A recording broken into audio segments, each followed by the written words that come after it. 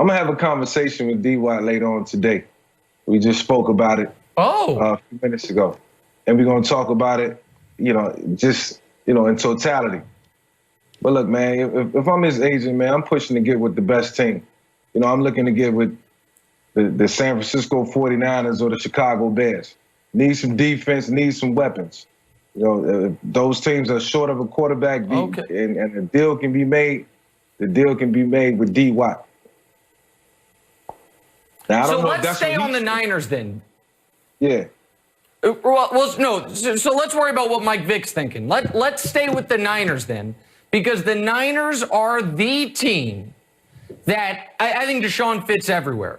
But I think that if the Niners were able to make a trade for Deshaun Watson, they leapfrog not only all the teams in the NFC West, I think they leapfrog every team in the league, and they become the Super Bowl favorites for next year. And that's partially because of the defense and Kittle, but it's also because of Kyle Shanahan. As a guy who knows his dad, who knows Kyle, what would Deshaun Watson in that Shanahan offense be like? First of all, the play action game and what his dad was able to do with John, what he was able to do even in Washington, I thought was amazing. And then Kyle, same thing, what he was able to do with Matt Ryan in Atlanta. Just the run game in general, it just becomes a staple of the offense, and then everything just feeds off that. We've seen the Tennessee Titans this year benefit off run game. That was a correlation to the pass game and play action. And that's what you get, but you get it at a high level. And that's the one thing that I would say the Shanahan's father and son has been able to do probably better than any other coach in the National Football League. And it's a lot of great coaches that come and go. But, those guys have a recipe for success. Kyle was doing it with, Jimmy G. He's got it done with him. They appeared in the Super Bowl, and he was even doing it with Nick Mullins, man. So you get a guy like Deshaun, it just enhances everything. And now you can just take it a step further. You got weapons. You can stretch the field. You can run the football, and then you can play defense. Half of their team was hurt, and they still was competitive this year. So I know for a fact if D-Watt go there, then he can compete with Patrick Mahomes and, Lamar Jackson and those guys who are going to be representing the AFC in the future. Well, I think, though, for the rest of the league, the last thing they want, hi, Joy. For the rest of the league, the last thing they want is for Kyle Shanahan to get a significant upgrade on Jimmy Garoppolo. And I'm not trying to be disrespectful. Jimmy G, I understand he was in the Super Bowl, but I think what you've seen those offenses do and what you saw Matt Ryan be with Kyle Shanahan and then before and since, I think it'd be very scary if you got that type of quarterback. Let's stay with the quarterback conversation. Matt Stafford is not going to be with the Lions next year. There are reports this could happen sooner rather than later. Is there any place in particular you see that you think would be a good fit or make sense for Matt Stafford? I think the Houston Texans. I think, once Deshaun decides on what's going to happen and he moves on, I think you can build around Matt. Matt got a couple years left. And, you just got to build around him. I know this situation will probably be totally different than what he dealt with in Detroit. But, he will be under the same circumstances. New coach, probably, a different locker room.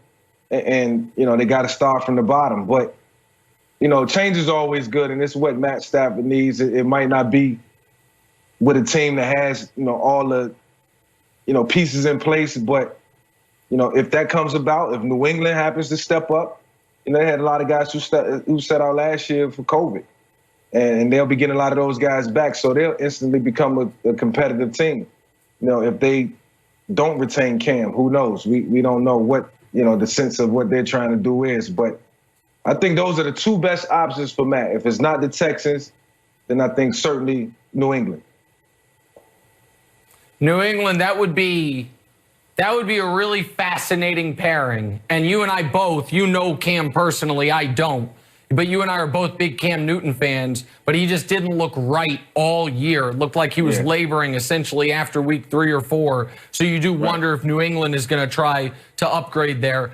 We don't have a ton of time, so I'm going to combine two questions to a degree. Which of these is more likely, in your opinion? Patrick Mahomes catches Tom Brady in the eyes of the public as the quarterback GOAT, or Andy Reid, your former coach, catches Bill Belichick in the eyes of the public as the coach GOAT, as Collins talked about this week? I say Patrick got a chance.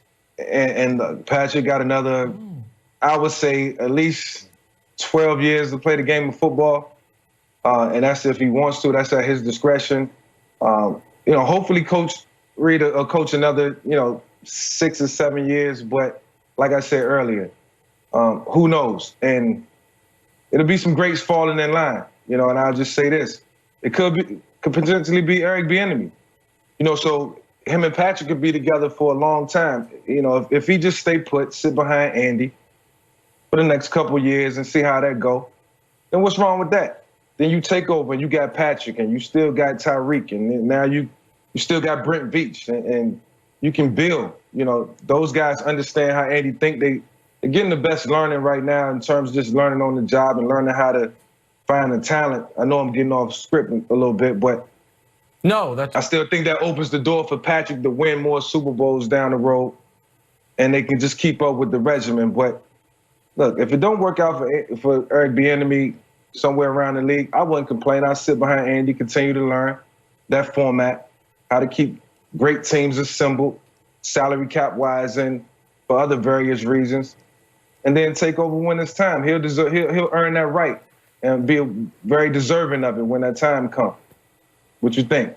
As a Chiefs fan, there is nothing I would love more than to see the press release Eric Bieniemy named coach in waiting, like you do with college football coaches. Like a guy, he's going to take over once. Let Andy get 3 or 4 rings right off into the sunset, and Eric Bieniemy keep the train rolling. Mike Vick, you're one of the great.